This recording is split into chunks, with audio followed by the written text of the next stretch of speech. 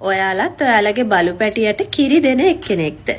ඔයාලා දන්නවද සමහර බලු පැටවුන්ට ඒ වගේම ලොකු කට්ටියට කිරි බොන්න බෑ. ඒකට හේතුව තමයි කිරිවල තියෙනවා ලැක්ටෝස්. ලැක්ටෝස් වලට මෙයාලගේ ඇඟ ප්‍රතිචාර දක්වන්නේ නැහැ හොඳ විදියකට. එහෙම වුණාම එයාලට බඩ පුරවලා දාලා ගතියක්, බඩ එළිය යනවා, කියන්නේ ලූස් මෝෂන් යනවා, ඒ වගේ එන්න පුළුවන්. එතකොට මේකට අපි කියනවා ලැක්ටෝස් ඉන්ටොලරන්ස් කියලා. එතකොට එහෙම කට්ටියට අපිට මොනවද දෙන්න පුළුවන් ඕල්ටර්නේටිව්ස් තියෙන්නේ. එයාලට ගෝට් මිල්ක් දෙන්න පුළුවන්. ඒ කියන්නේ එළු කිරි. ඒකට හේතුව තමයි එළ කිරි වලට වඩා එළු කිරි වල තියෙන ලැක්ටෝස් ප්‍රමාණය අඩුයි.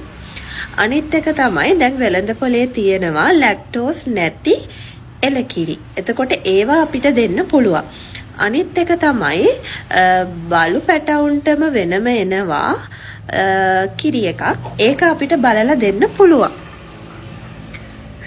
අනිත් එක දැන් චූටි කාලේ ඉඳලා එයාලට කිරි දුන්නට පස්සේ එයාලා ලොකු වෙනකොටත් පුරුද්දක් විදිහට ගොඩක් ගෙවල් වල අය කිරි කෝපයක් දෙනවා. ඒත් ඇත්තටම එයාලට ඒක ජීර්ණය කරගන්න පුළුවන්ද? ගොඩක් දුරට වෙන්නේ මේ කිරි ජීර්ණය කරන්න අවශ්‍ය වෙන එන්සයිම් එක එයාලා ලොකු වෙන එකත් එක්ක එයාලගෙන් අයින් වෙනවා. මේක පොඩි කාලේ තමයි හොඳට තියෙන්නේ.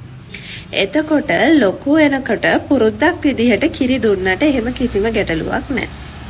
හැබැයි එයාලට ඒ වගේ තියෙන පෝෂණ ගුණය අවශෝෂණය කර ගැනීමේ හැකියාව එයාගේ වයසත් එක්ක ටික ටික අඩු වෙනවා. ඒ නිසා ලොකු එක්කෙනෙක්ට කිරි දුන්නේ නැහැ කියලා ගැටලුවක් වෙන්නේ නැහැ.